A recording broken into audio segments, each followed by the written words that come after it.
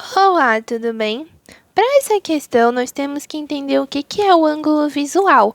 O ângulo visual vai ser esse ângulo que vai existir aqui, né, entre o olho da pessoa até o objeto que ela está vendo.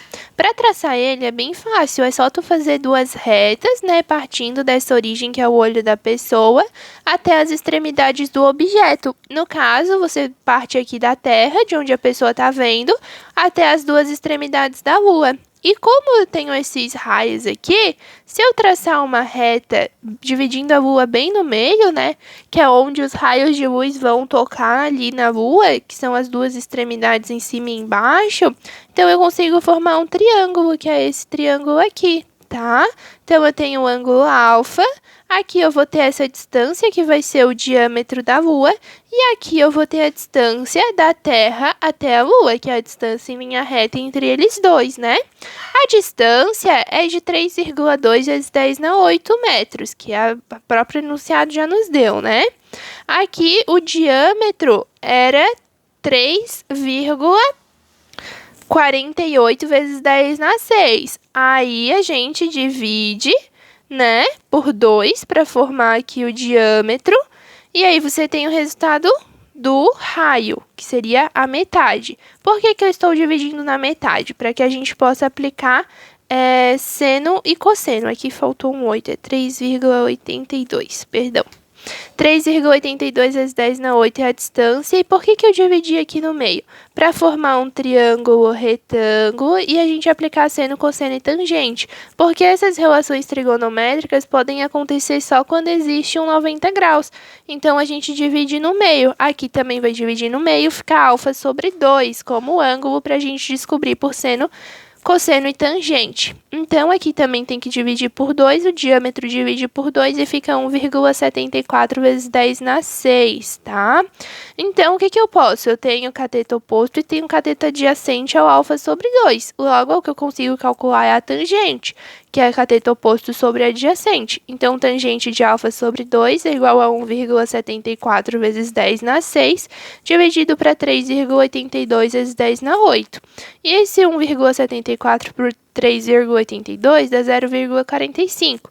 10 na 6 dividido para 10 na 8 dá 10 na menos 2, né? Como eu tenho um valor extremamente pequeno, pensa, é 0,045 o seno, né? E o seno vai de 0 até 1, então é um valor muito pequeno, 0,045, né? E considerando, por exemplo, que a gente para 30 graus já tem um seno de 0,5, né, que é mais de 10 vezes esse seno, então esse aqui a gente considera um ângulo bem pequenininho mesmo. Nos ângulos bem pequenos, o cosseno é aproximadamente 1. Então, o cosseno desse alfa sobre 2, a gente pode aproximar ele como 1. Tangente é igual a seno sobre cosseno.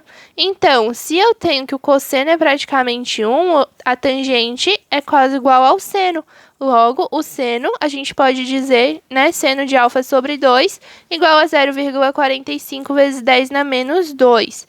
Então, agora eu preciso calcular para alfa, né? Porque ali ele fala que o seno do alfa, quando o ângulo é muito pequeno, é aproximadamente igual ao ângulo em radianos. Então, se eu calcular o seno em alfa, eu já vou ter o valor do próprio alfa em radianos, tá? Então, seno de alfa é igual a seno de 2 vezes alfa sobre 2, né? Que corta aqui o 2, fica só o alfa. Seno de 2 vezes um ângulo é 2 vezes seno desse ângulo vezes o cosseno desse ângulo. Esse aí é aquele famoso macete. Minha terra tem palmeiras, onde o canto sabe A, seno A, cosseno B, cosseno A. Daí, como o ângulo é igual, né, nos dois casos, é alfa sobre 2 mais alfa sobre 2, aí fica 2 vezes seno de alfa sobre 2 vezes cosseno de alfa sobre 2. Seno e cosseno a gente já sabe os valores, então fica 2 vezes 0,45 vezes 10 na 2 vezes 1.